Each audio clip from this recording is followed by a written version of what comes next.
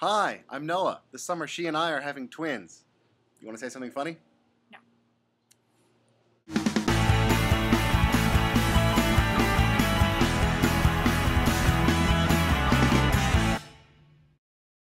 So I've been doing this blogging every day for a week thing, and you're probably getting sick of me, so I thought I would bring Amanda on, and we could talk to her for a little bit. Say hi. Hi. Yeah. She went to Harvard.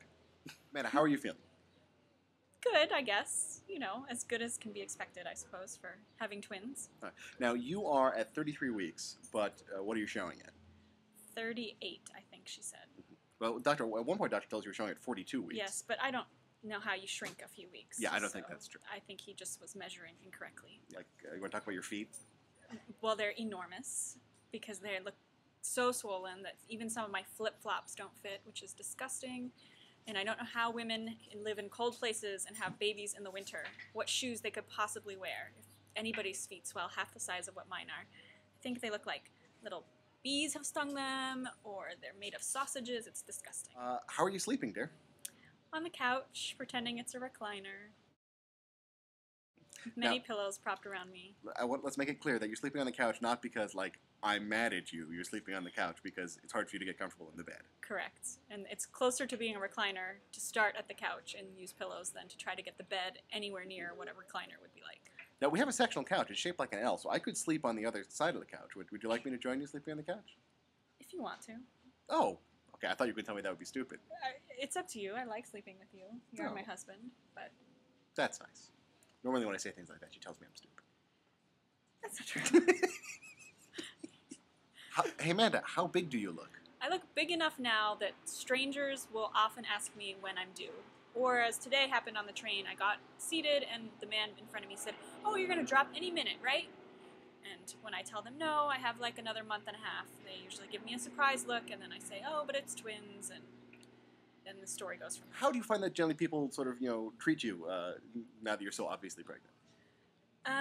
Well, I mean, they often feel free to ask me when I'm due, and people today in the bathroom at work, a woman who I feel pretty sure I've never had a conversation with, but apparently I have, because she said, "Oh, how are the twins doing?" So I was surprised that apparently we've already talked about this and that I'm having twins, and she'd already asked me when I was due.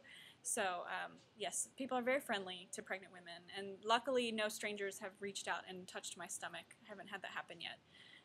So that's good. But for the most part, unless you're a teenage boy, you are very nice to pregnant women. Teenage boys, on the other hand, totally oblivious. No seats given in those cases. They just are happy to be seated, playing on their iPods, talking to their friends, or whatever it is teenage boys do. Now, I did a blog this week about how we're not finding out about the sexes, and you were worried that I came off too angry on that, or that I was being mean to people who did find out the sex. And I didn't mean to be. I think that's a perfectly valid choice. It's just not the choice that we made. But you had another point to make about being surprised. Oh, yes. So people say, "Oh, well, if you find out what the sex is, you're surprised at that moment rather than at the moment when they're born, so it's still a surprise and you found out." I sort of see that as finding out sort of how, like, Lost ends, but you found out in January. Someone told you, "Oh, it's going to end this way," and you didn't watch the whole show and find out. So it's kind of like getting a spoiler. So I would rather wait until the very end to find out. Glee. Yeah, that was a birth that I forgot to mention in the last blog, that Quinn had her baby on Glee. And, of course, right before that, she did a big dance number with a bunch of other pregnant teenagers.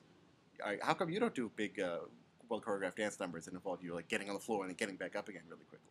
I do. That's when I say that I'm sleeping on the couch. I'm actually practicing my dance moves. I mean, I guess the big thing they don't really tell you is that it's 10 months. I mean, that's sort of counting from when you last had your period rather than when they think you conceived, because they can't really tell when the egg was, fertilized and everything. But it is 10 months, 40 weeks, rather than 9, which, you always grow up thinking it's 9. And voila, it's 10 months. They lie to us so much. You'd rather I stand up, so then. We gotta see how you look. Right. I Yeah. am. Okay. So let's see how you look. Okay. So this is the front view, and then the side. And I did have a mother today during orientation tell her daughter, because I'm not the only pregnant woman in the office, not to drink the water at the School of Engineering because she did not want to be a grandmother yet. Bye.